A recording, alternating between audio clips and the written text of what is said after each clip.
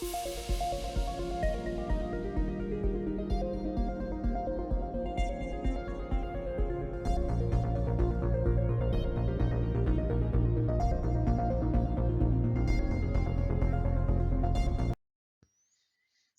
is Lesson 9A in Module 9. This lesson will cover cryptography. You have been introduced to cryptography before, and this specific lesson is basically a review of what you've seen before. In the next lesson, we will be going a little deeper into the topic. When you have completed this lesson, you should be able to describe the two encryption methods and when you might use one or the other. Describe the differences between block and stream ciphers and when each might be used. Define and describe digital signatures and how do they work. Describe the difference between link and end-to-end encryption and when you might use one or the other. Describe onion routing and what part encryption plays with it. And list the issues with key management for both major methods for encryption. Cryptography is not new. It has been around for centuries.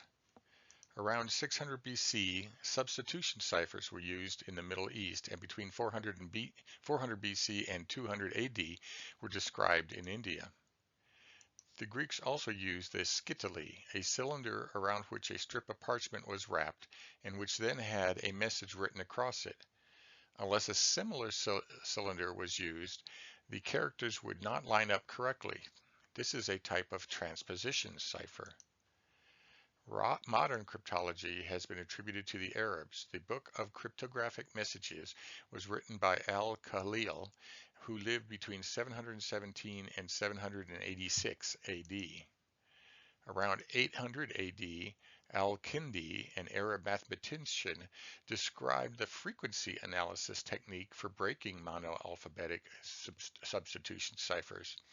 In Europe, scribes between 800 and 1100 AD used substitution ciphers frequently.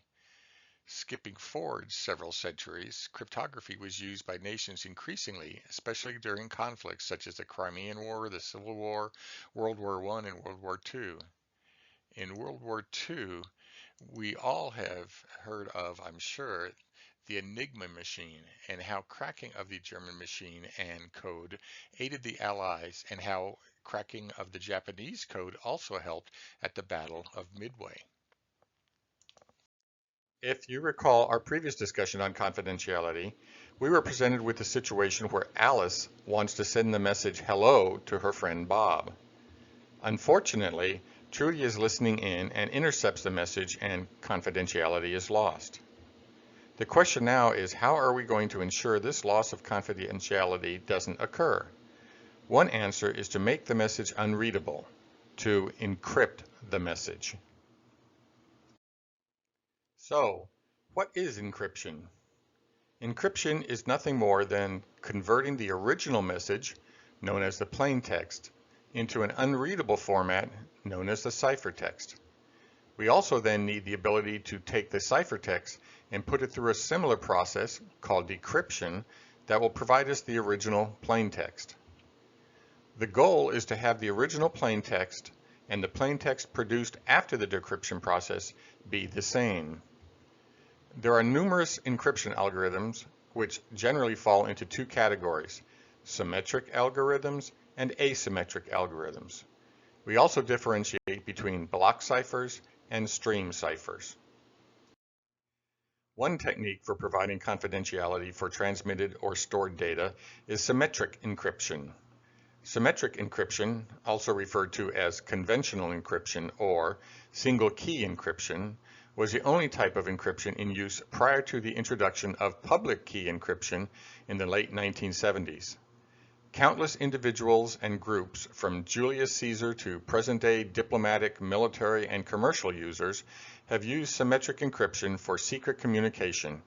It remains the more widely used of the two types of encryption. There are two requirements for secure use of symmetric encryption. First, we need a strong encryption algorithm.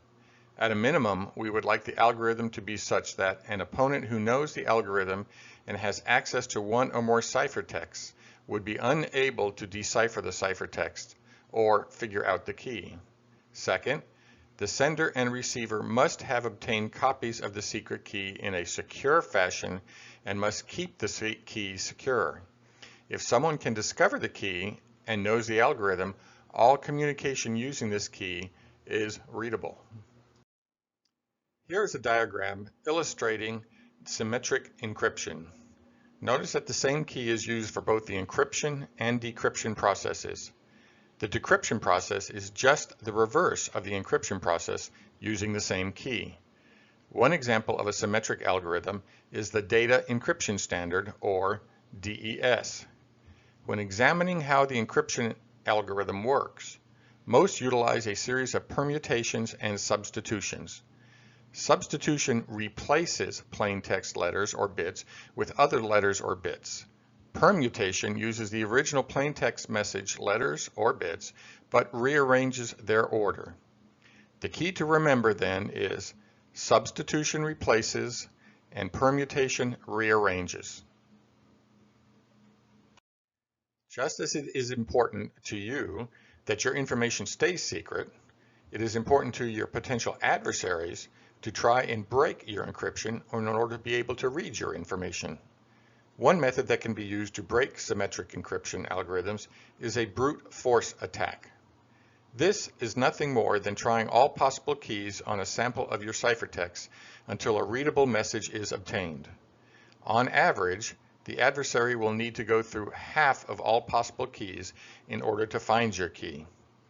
Obviously, the longer your key is, the longer it will take to break the encryption and obtain your information. A sample of the length of time it might take based on various key sizes is shown in this table.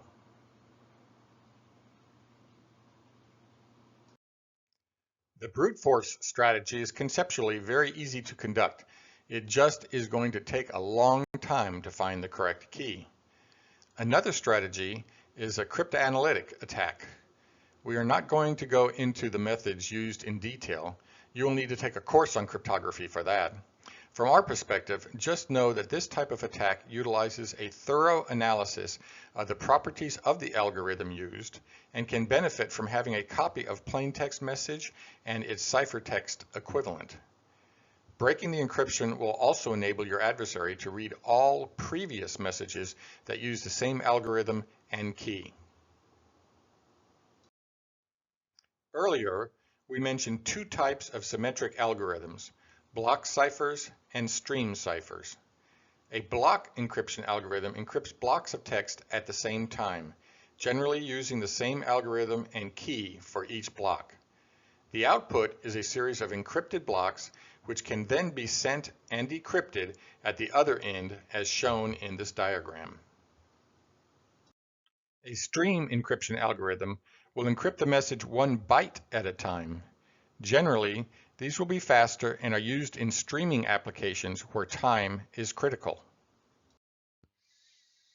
One thing to remember about the stream cipher is that they are a type of symmetric key cipher, which means that the same key is used for encryption and decryption.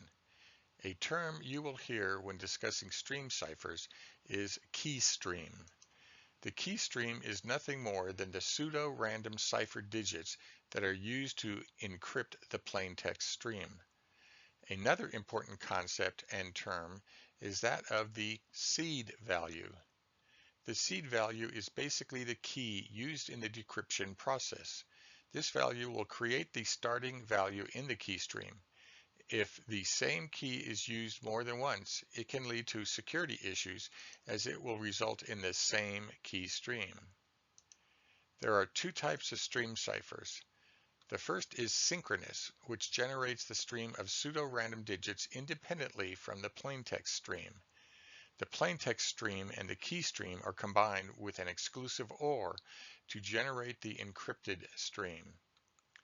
In a self-synchronizing stream cipher, the key stream uses a number of the previous ciphertext digits to generate the next digit for the key stream. The advantage of this type is that if something goes wrong in transmission, it can get back into synchronization as soon as the number of bits used to generate the next digit occurs. For a synchronous stream cipher, if a digit is lost, then the remaining text will be out of synchronization. If the digit is just corrupted, then the key stream and the plain text will actually not be out of sync, just the one digit will be corrupted. In general, stream ciphers are more efficient than block ciphers when the size of the data is unknown or sent in a continuous stream, such as when streaming audio and video over a network. Block ciphers are more efficient when the size of the data is known, such as when encrypting a file of a specified size database. An important principle when using a stream cipher is that encryption keys should never be reused. If a key is reused, it is easier to crack the encryption.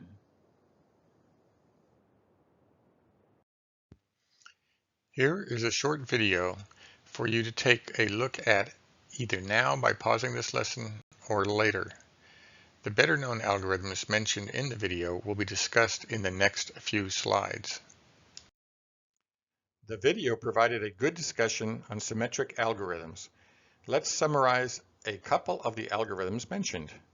The Data Encryption Standard, or DES, or DES, was used for many years as a standard encryption algorithm. It uses a 64-bit block and a 56-bit key. DES, developed by IBM, is based on the Feistel design elements. Basically, this divides blocks in left and right halves, encrypts the right half with a subkey, and swaps the two halves. DES consists of 16 rounds using a 56-bit key from which 48-bit subkeys are generated. Each round uses 8 6x4 S boxes for the substitutions, followed by permutations. We will look at this in greater detail in the next lesson. Unfortunately, due to the 56-bit key size, brute force attacks are possible against this, and there was for several years a competition to see how long it would take to crack a message encrypted using DES. The time with today's hardware makes this no longer a real challenge. Additionally, DES has been shown to have some specific weak keys in practice. DES is now no longer used in any environment where real security is needed. The life of DES was extended by the use of triple DES, or 3DES, which involves repeating the basic DES algorithm 3 times using either 2 or 3 unique keys for a key size of 112 or 168 bits. Triple DES was first standardized for use in financial applications in 1985. Triple DES was incorporated as part of the data encryption standard in 1999 with the publication of FIPS Pub 46-3. Triple DES has 2 attractions that assures its continued use over the next few years. First, with its 168-bit key length, it overcomes the vulnerability to brute force attack. Second, the underlying encryption algorithm in Triple DES is the same as in DES. This algorithm has been subjected to more scrutiny than any other encryption algorithm over a longer period of time, and no effective cryptanalytic attack based on the algorithm rather than brute force has been found. The principal drawback of Triple DES is that the algorithm is relatively slow in software. The original DES was designed for mid-70s hardware implementations and does not produce efficient software code. Triple DES, which requires 3 times as many calculations as DES, is correspondingly slower. A second drawback is that both DES and Triple DES use a 64-bit block size. For reasons of both efficiency and security, a larger block size is desirable. A replacement for DES and Triple DES was desired by NIST, who issued a call for proposals in 1997 for a new algorithm that would serve as the modern standard. NIST called this new standard the Advanced Encryption Standard, or AES. In 2001, the winner was selected. It uses a 128-bit block size and can utilize key sizes of 128, 192, or 256 bits. AES is not based on the Feistel design. The displayed chart summarizes the 3 symmetric ciphers we concentrated on in this lesson. It shows the block size, the ciphertext block size, and the allowable key size for each algorithm.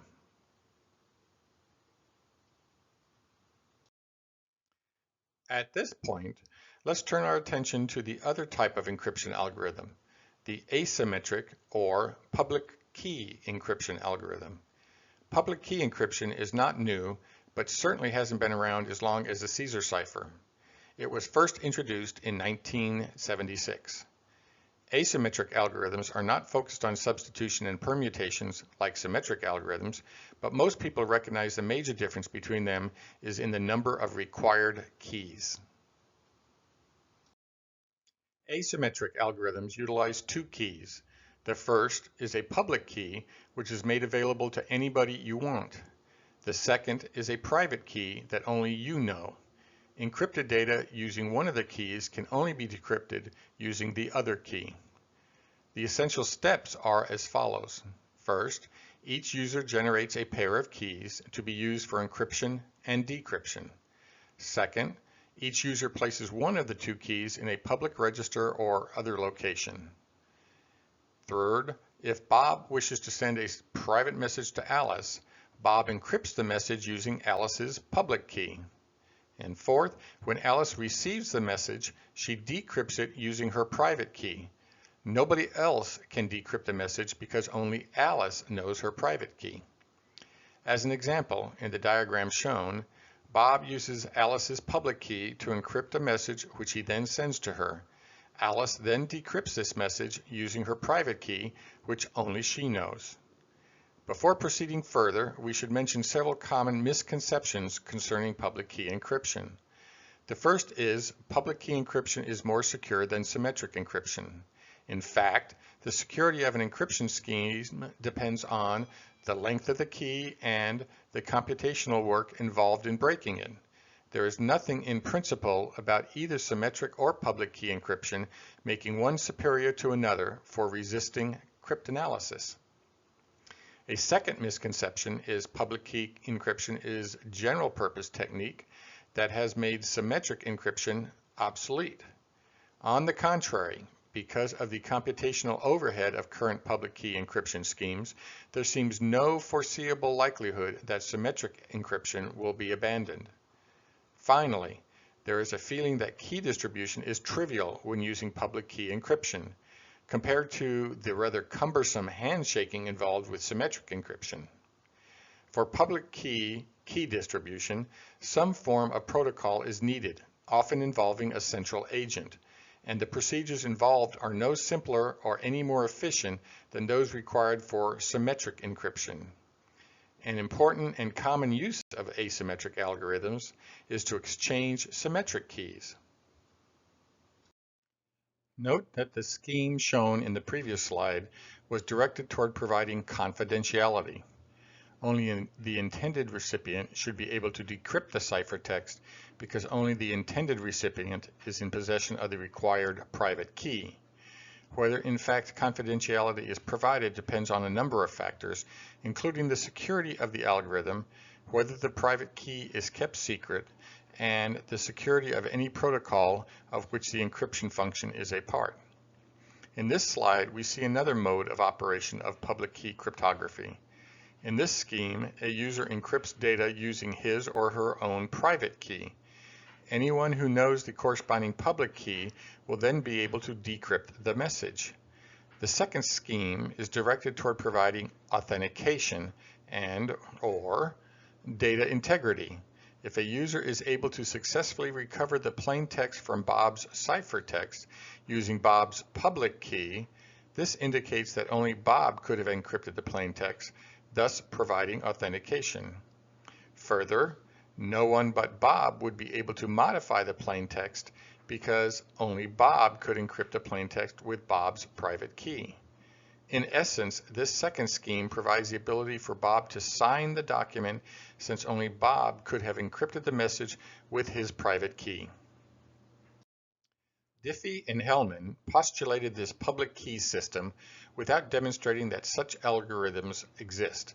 However, they did lay out the conditions that such algorithms must fulfill. 1. It is computationally easy for a party to generate a pair of keys, such as the public key and the private key. 2. It is computationally easy for a sender, knowing the public key and the message to be encrypted, to generate the corresponding ciphertext. 3. It is computationally easy for the receiver to decrypt the resulting ciphertext using the private key to recover the original message. 4. It is computationally infeasible for any opponent knowing the public key to determine the private key. 5. It is computationally infeasible for an opponent knowing the public key and a ciphertext to recover the original message. To these requirements, we add a sixth requirement that, although useful, is not necessary for all public key applications. 6. Either of the two related keys can be used for encryption, with the other used for decryption. RSA is one of the first public key schemes and was developed in 1977 by Ron Rivest, Adi Shamir, and Len Alderman at MIT. The RSA scheme has since reigned supreme as the most widely accepted and implemented approach to public key encryption. RSA is a block cipher. In 1977, the three inventors of RSA dared scientific American readers to decode a cipher they printed in Martin Gardner's Mathematical Games column. They offered a $100 reward for the return of a plain text sentence, an event that they predicted might not occur for some 40 quadrillion years. In April of 1994, however, a group working over the internet and using over 1,600 computers claimed the prize after only 8 months of work. This challenge used a public key size of 129 decimal digits, or around 428 bits. This result does not invalidate the use of RSA. It simply means that larger key sizes must be used. Currently, a 1024-bit key size, which is roughly about 300 decimal digits, is considered strong enough for virtually all applications.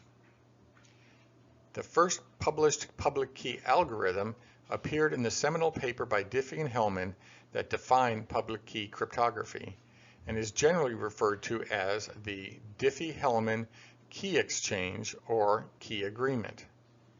A number of commercial products employ this key exchange technique. The purpose of the algorithm is to enable two users to securely reach agreement about a shared secret that can be used as a secret key for subsequent symmetric encryption of messages. The algorithm itself is limited to the exchange of the keys. The National Institute of Standards and Technology, NIST, published the Federal Information Processing Standards FIPS Pub 186, known as the Digital Signature Standard. The DSS makes use of SHA-1 and presents a new digital signature technique, the Digital Signature Algorithm, or DSA. The DSS was originally proposed in 1991 and revised in 1993 in response to public feedback concerning the security of the scheme.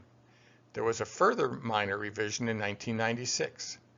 The DSS uses an algorithm that is designed to provide only the digital signature function.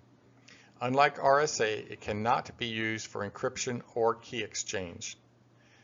The vast majority of the products and standards that use public key cryptography for encryption and digital signatures use RSA. The bit length for secure RSA use has increased over recent years, and this has put a heavier processing load on applications using RSA. This burden has ramifications, especially for electronic commerce sites that conduct large numbers of secure transactions. More recently, a competing system has begun to challenge RSA, elliptic curve cryptography, or ECC. Already, ECC is showing up in standardization efforts, including the IEEE standard for public key cryptography. The principal attraction of ECC compared to RSA is that it appears to offer equal security for a far smaller bit size, thereby reducing processing overhead. On the other hand, although the theory of ECC has been around for some time, it is only recently that products have begun to appear and that there has been sustained cryptanalytic interest in probing for weaknesses.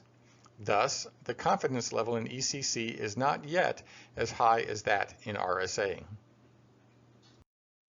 As you recall, we talked about how cryptography could be used to ensure confidentiality, integrity, and authenticity, and we've shown some examples of how this can be done. Let's now look at integrity and another method to provide this assurance. Integrity ensures that only authorized individuals can modify or delete information. In our example, Alice wants to send the message hello to her friend Bob. She sends this message, but it is intercepted by Trudy, who then changes the message to go away, which is then received by Bob. Another way to ensure data integrity is through message authentication codes. A message authentication code, sometimes known as a tag, is a small piece of information that can be appended to the message for authenticating the message. In other words, what we want to do is to confirm that the message came from the stated sender, that it is authentic, and has not been changed. The message authentication code value also protects a message's data integrity as well as its authenticity. This is because it allows verifiers, who must also possess a secret key, to detect any changes to the message content.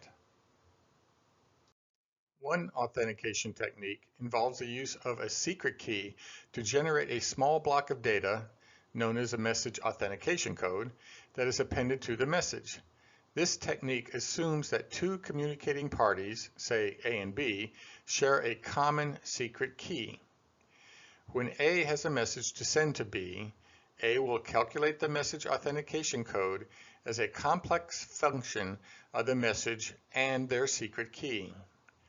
The message plus code are transmitted to the intended recipient. The recipient performs the same calculation on the received message using the same secret key to generate a new message authentication code. The received code is then compared to the calculated code. If we assume that only the receiver and the sender know the identity of the secret key, and if the received code matches the calculated code, then 1. The receiver is assured that the message has not been altered.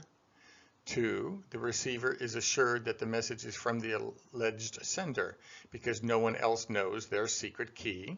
And 3, if the message includes a sequence number, such as is used with X.25 or HDLC and TCP, then the receiver can be assured of the proper sequence because an attacker cannot successfully alter the sequence number.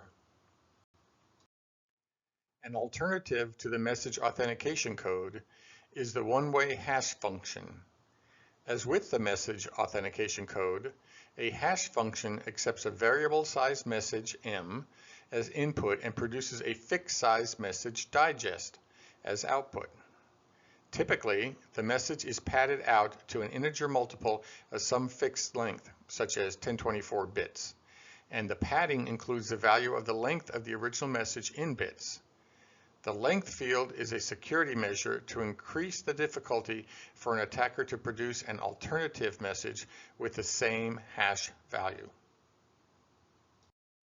The purpose of a hash function is to produce a fingerprint of a file, message, or other block of data. To be useful for message authentication, a hash function, H, must have the following properties. 1. The hash can be applied to a block of data of any size. 2. The hash produces a fixed length output. 3. The hash of X is relatively easy to compute for any given X, making both hardware and software implementations practical. 4. For any given hash H, it is computationally infeasible to find X such that the hash of X is equal to H for a specific given hash. A hash function with this property is referred to as one-way or pre-image resistant. 5. For any given block X, it is computationally infeasible to find Y, which is not equal to X, where the hash of y is equal to the hash of x.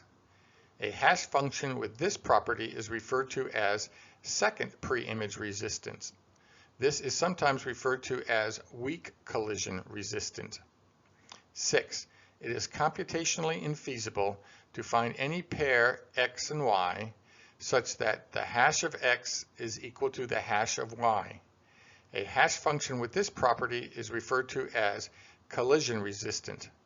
This is sometimes referred to as strong collision resistant.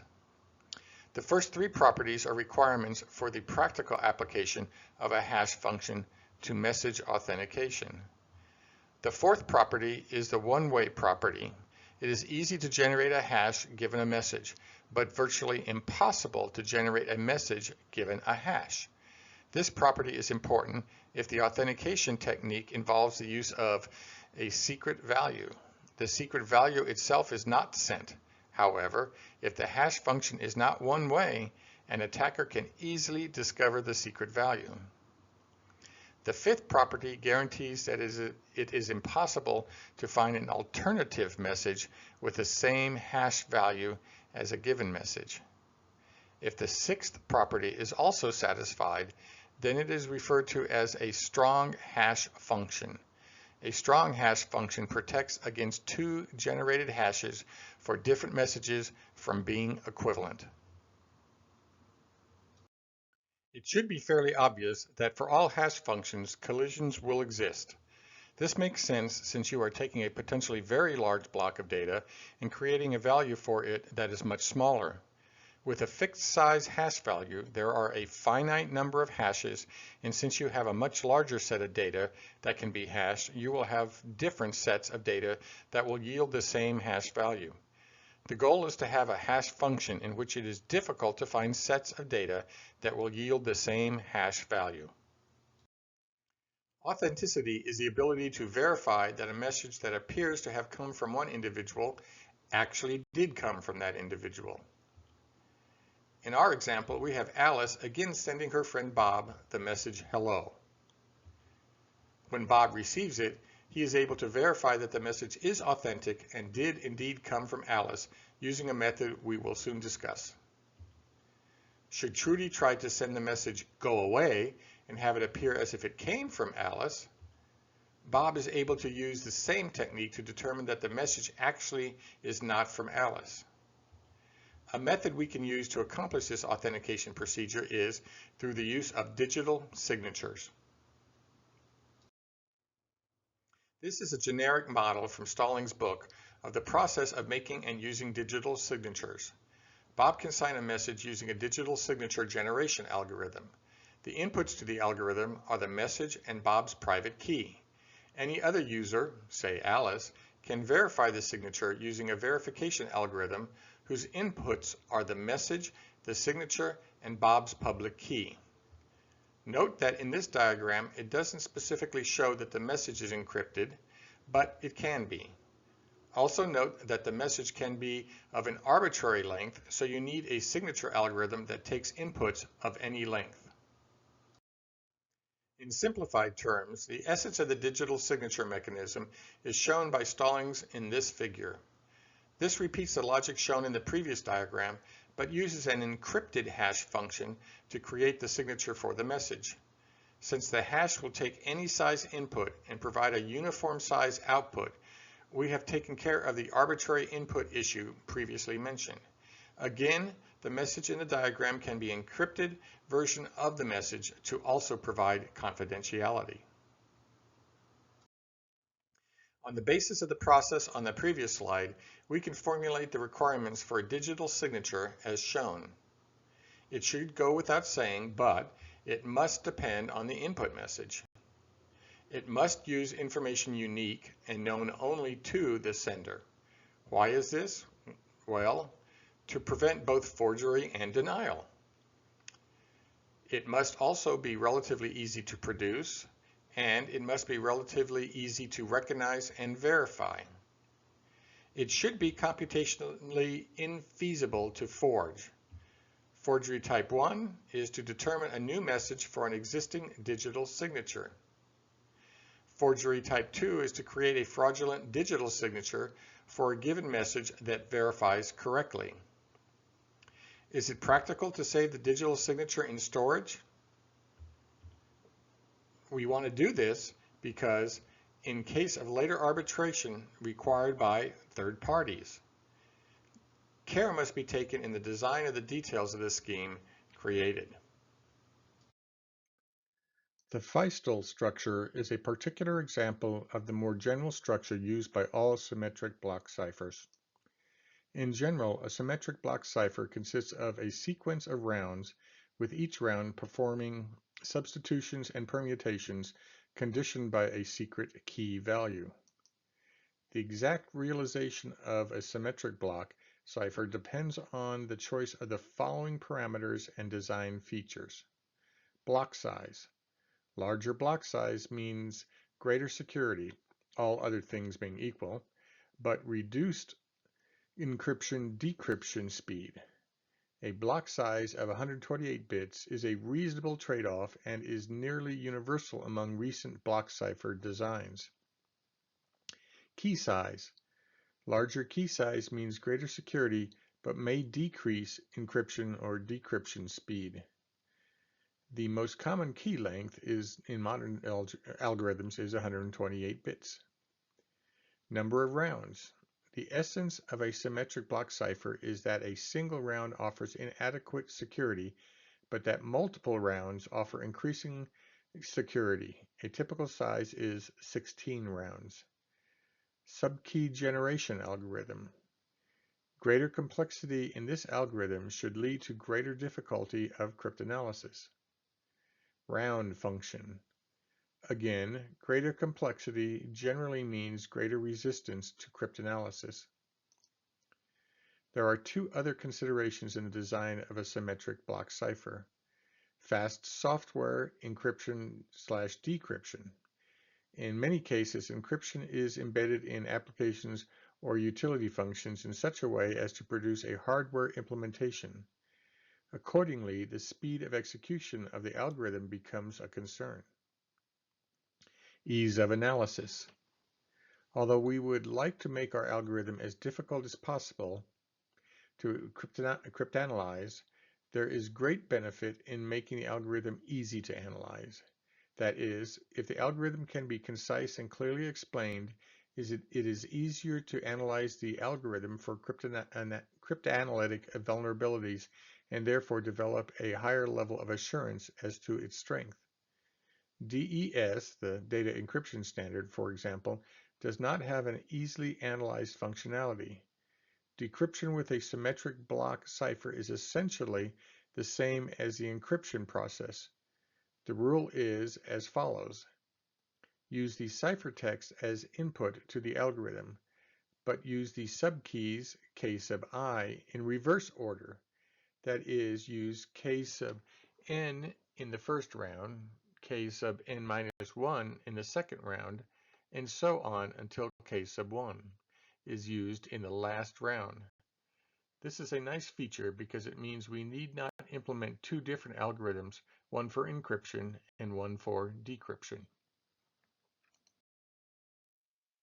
Symmetric block encryption algorithms, including DES, have a structure first described by Horst Feistel of IBM in 1973 and shown in this diagram.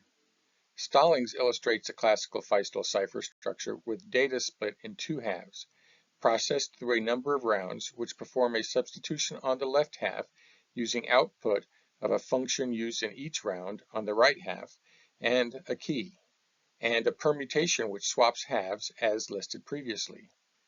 The left side of this figure shows the flow during encryption, the right side in decryption.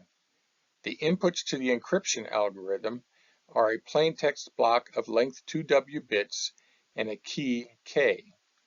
The plaintext block is divided into two halves, L sub 0 and R sub 0. The two halves of the data pass through n rounds of processing and then combine to produce the ciphertext block. Each round I has inputs L sub I minus 1 and R sub I minus 1 derived from the previous round as well as a subkey K sub I. derived from the overall K. In general, the subkeys K are different from K and from each other. The process of decryption with a Feistel cipher is essentially the same as the encryption process. The rule is as follows. Use the ciphertext as input to the algorithm, but use the subkeys K sub I in reverse order. That is, use K sub n in the first round, K sub n minus 1 in the second round, and so on until K sub 1 is used in the last round. This is a nice feature because it means we need not implement two different algorithms, one for encryption and one for decryption. Most widely used private key block cipher is the Data Encryption Standard, or DES. It was adopted in 1977 by the National Bureau of Standards as Federal Information Processing Standards 46 in the document FIPS Pub 46. DES encrypts data in 64-bit blocks using a 56-bit key. The DES enjoys widespread use. It has also been the subject of much controversy concerning its security. In the 1960s, IBM set up a research project in computer cryptography led by Horst Feistel. The project concluded in 1971 with the development of the Lucifer algorithm. Lucifer is a Feistel block cipher that operates on blocks of 64 bits using a key size of 128 bits. Because of the promising results produced by the Lucifer project, IBM embarked on an effort headed by Walter Tuchman and Carl Meyer to develop a marketable commercial encryption product that ideally could be implemented on a single chip. It involved not only IBM researchers, but also outside consultants and technical advice from the National Security Agency. The outcome of this effort was a refined version of Lucifer that was more resistant to cryptanalysis, but that had a reduced key size of 56 bits to fit on a single chip. In 1973, the National Bureau of Standards issued a request for proposals for a national cipher standard. IBM submitted the modified Lucifer. It was by far the best algorithm proposed and was adopted in 1977 as the data encryption standard. For its adoption as a standard, the proposed DES algorithm was subjected to intense and continuing criticism over the size of its key and the classified design criteria. Recent analysis has shown, despite this controversy, that DES is well designed. DES is theoretically broken using differential or linear cryptanalysis, but in practice is unlikely to be a problem yet. Also, rapid advances in computing speed, though, have rendered the 56-bit key susceptible to exhaustive key search, as predicted by Diffie and Hellman. DES has flourished and is widely used, especially in financial applications. It is still standardized for legacy systems with either AES or triple DES for new applications. The overall scheme for DES encryption is illustrated in the diagram, which takes an input 64 bits of data and a key.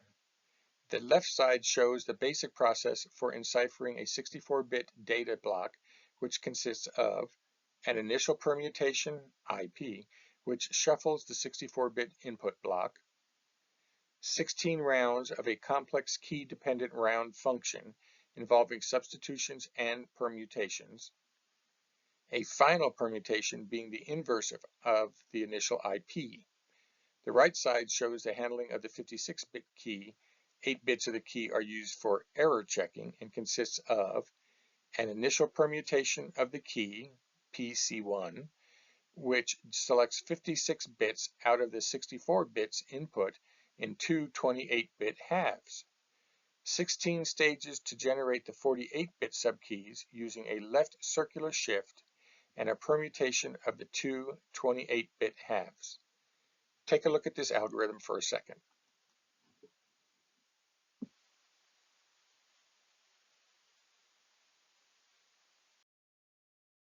The Advanced Encryption Standard, AES, was issued as a Federal Information Processing Standard, FIPS 197, Advanced Encryption Standard in November 2001.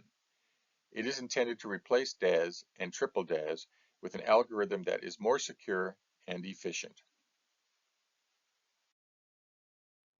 Perhaps the most widely used public key algorithms are RSA and Diffie-Hellman.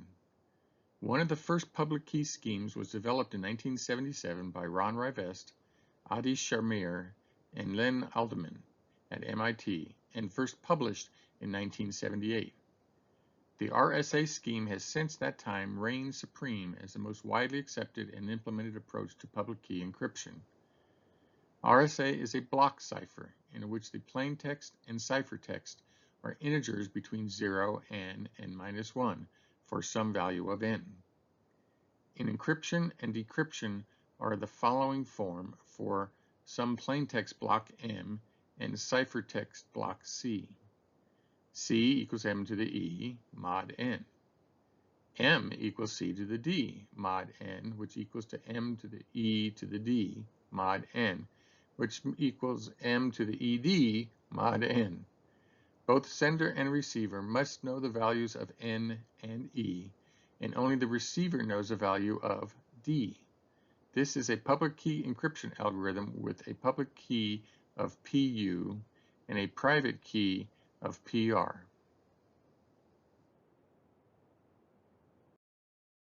As a final thought, why are we concerned with public key encryption in the first place? Well, there are a number of reasons. First, there is the key distribution issue that we previously discussed. With public key, this issue is greatly simplified. What is shown here is a visual example of a second reason for public key encryption. Imagine if you have 6 members in your group. If you want to add another member to the group, all that is needed is the creation of 2 new keys, a public key and a private key for this new member, and then post the public key in some location for everybody to use. If you wanted to have an environment with all symmetric keys, you would need to generate new keys for each member of the existing group to be able to communicate with this new 7th member. Imagine what is needed if instead the group consists of thousands of individuals. Key management is a completely different issue for symmetric versus asymmetric algorithms. For symmetric algorithms, you need to find a way to securely provide the key to each individual you want to communicate with. Ideally, you will have one key for each pair of individuals.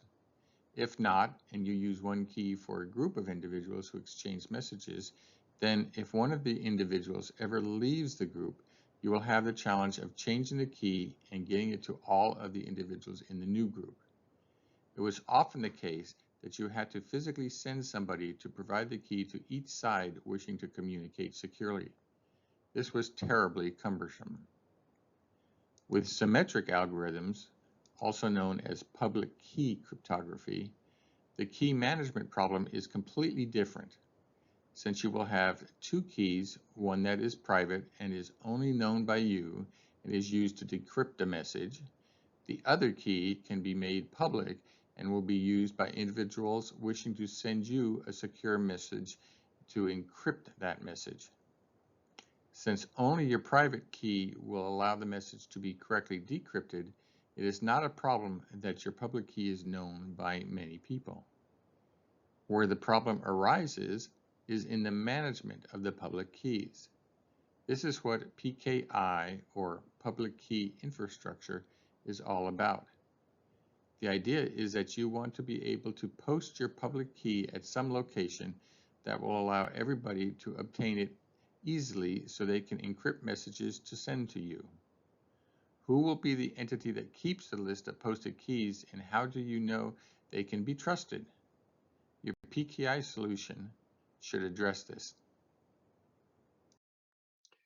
The issue of how an individual can obtain the public key for somebody also brings up the concept of what is known as a man-in-the-middle attack.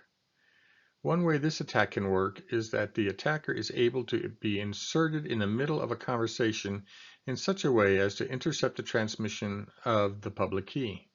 So in this example, the attacker sees the initial message sent to the individual B and then grabs the public key for B when it is being sent to A. It then inserts a new public key claiming that it is the public key for B. Then, when victim A wants to send an encrypted message to victim B, the key generated by the attacker is used because victim A believes it to be the correct public key.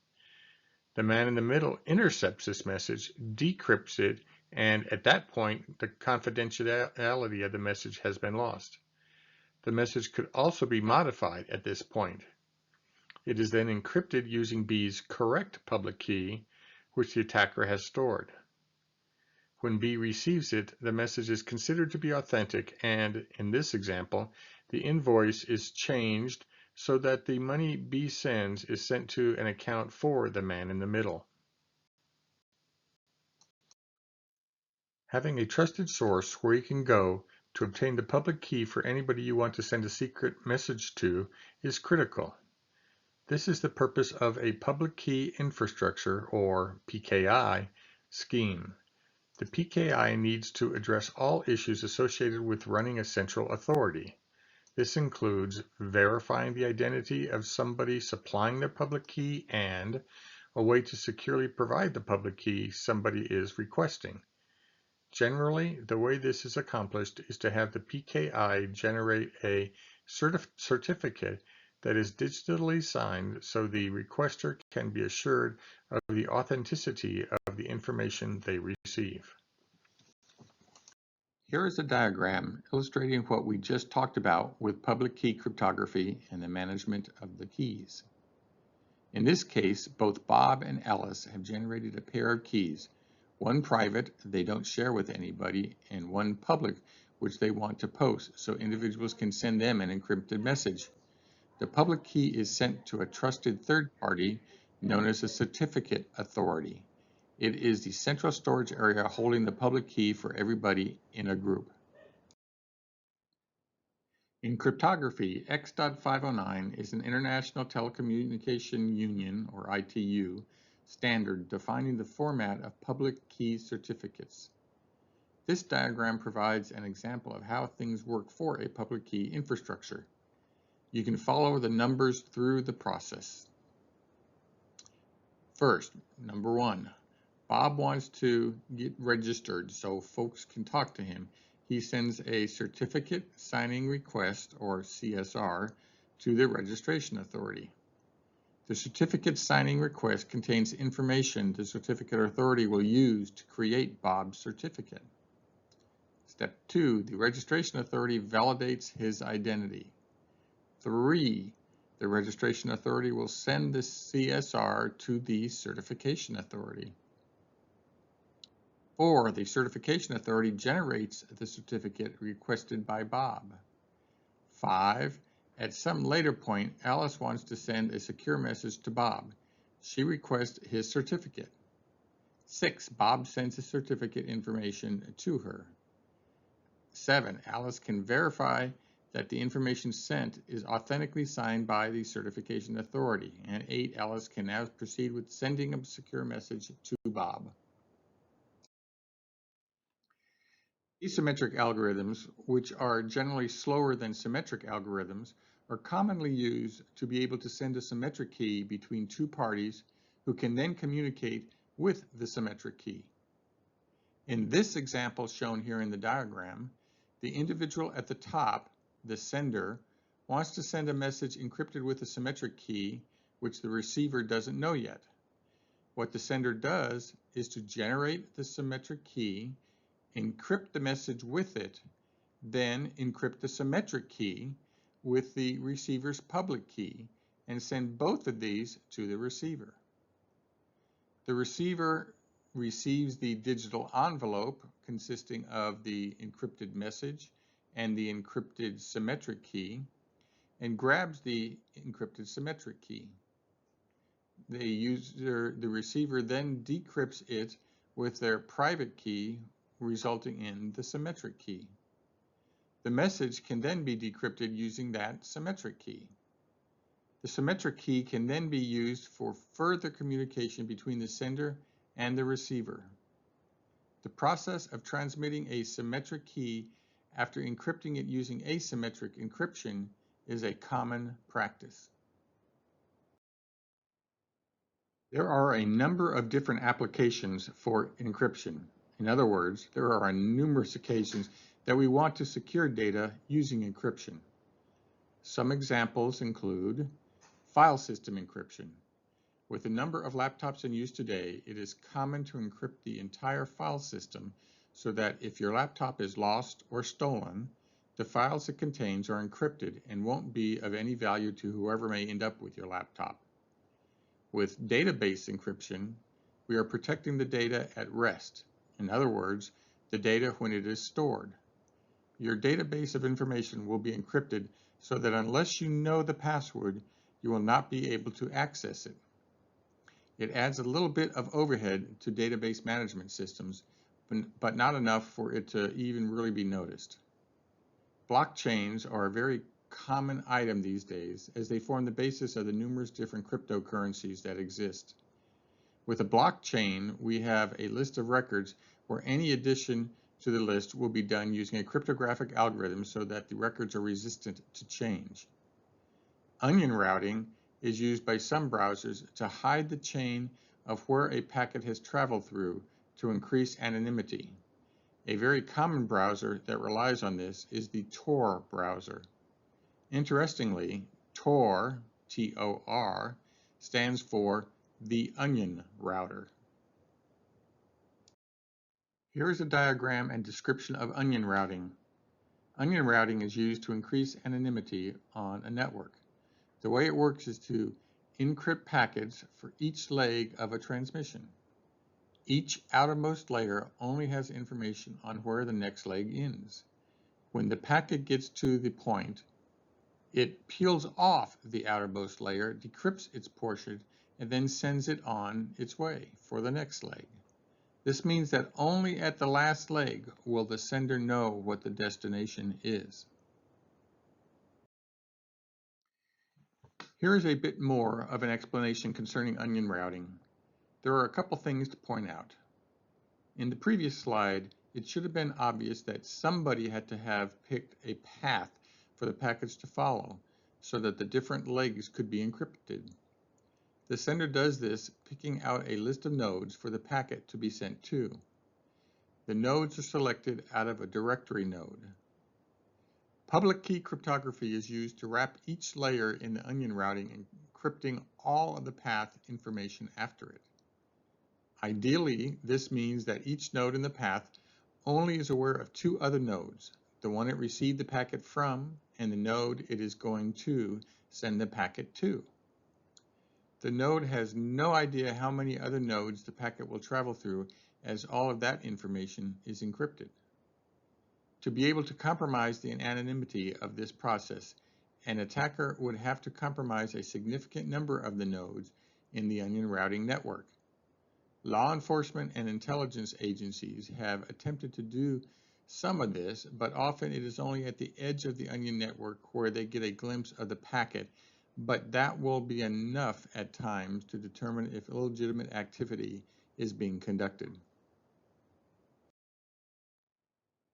There are several more terms related to encryption keys that we want to mention. Key recovery is nothing more than being able to restore lost keys.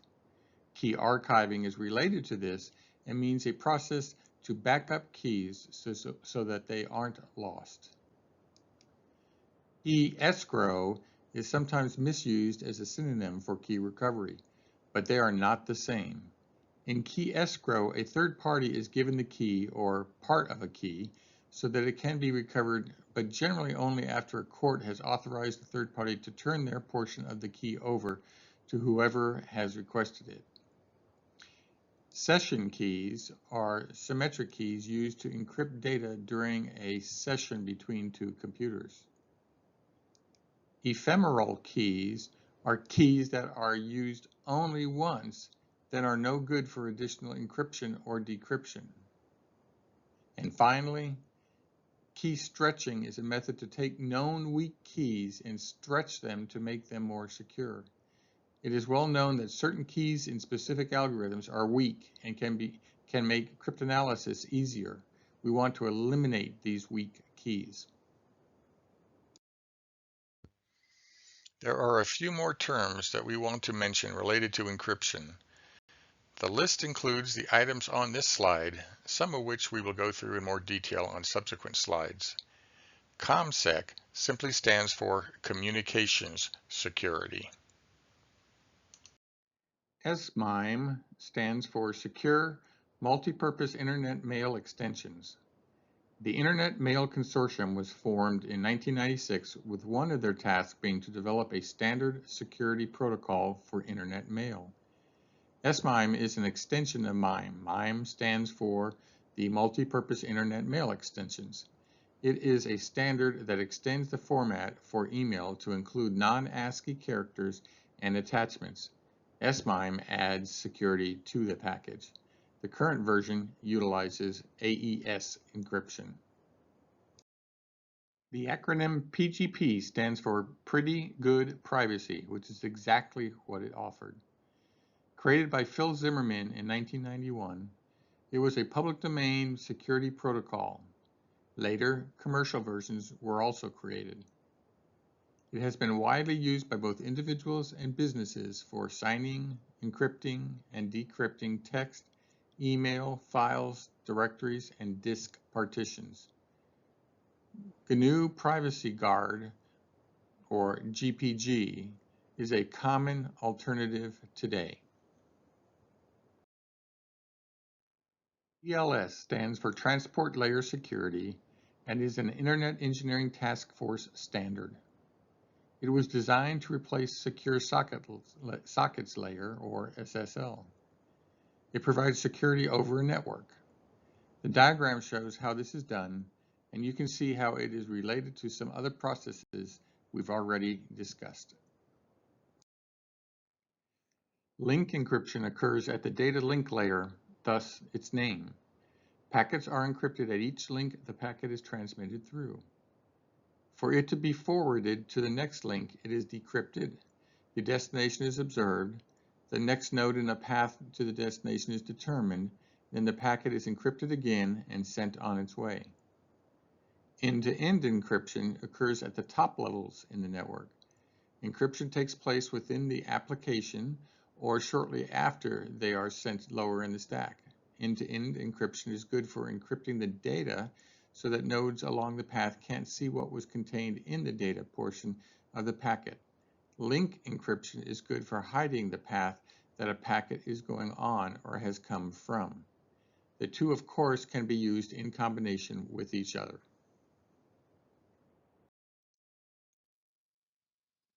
Here's a diagram showing where the different types of encryption take place. Again, notice that link encryption takes place lower in the network and end-to-end encryption occurs much higher in the network.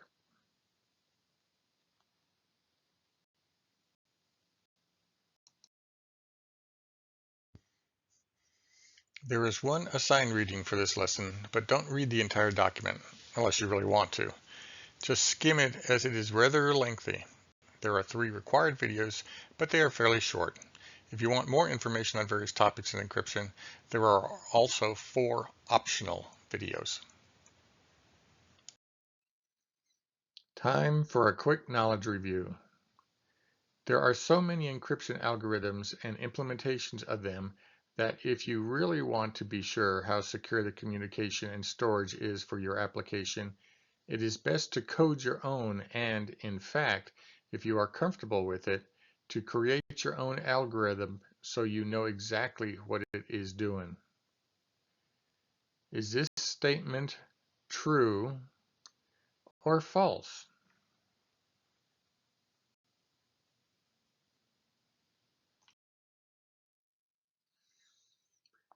The answer to this is absolutely false. You don't want to write your own algorithm, and if possible, use a module that has already been tested that implements a known secure algorithm.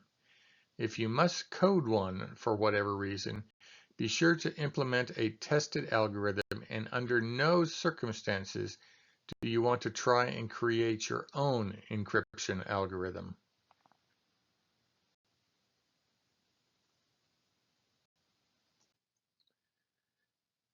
There are two types of encryption algorithms, symmetric and asymmetric.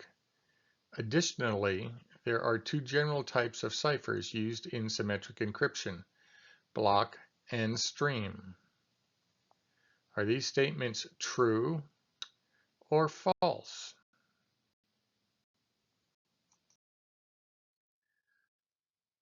This statement is true.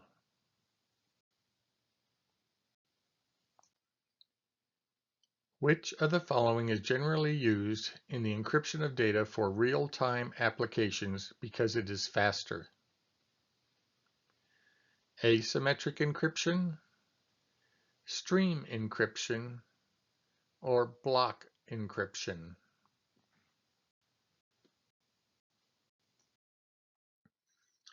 The answer is stream encryption.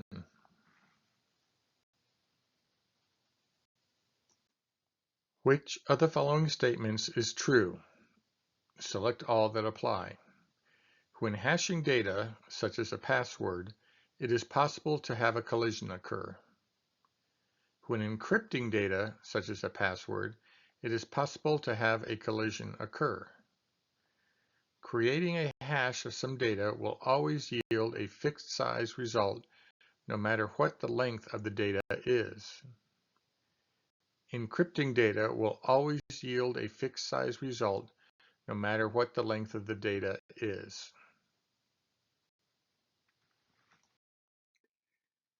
The answer is both. When hashing data, such as a password, it is possible to have a collision occur, and creating a hash of some data item will always yield a fixed size result no matter what the length of the data is. Now, while I'm stating that these are the answers, under some very unusual and extreme cases, certain encryption algorithms using two different keys may result in the same encryption, but this is so unlikely that it is not generally believed to be of any concern.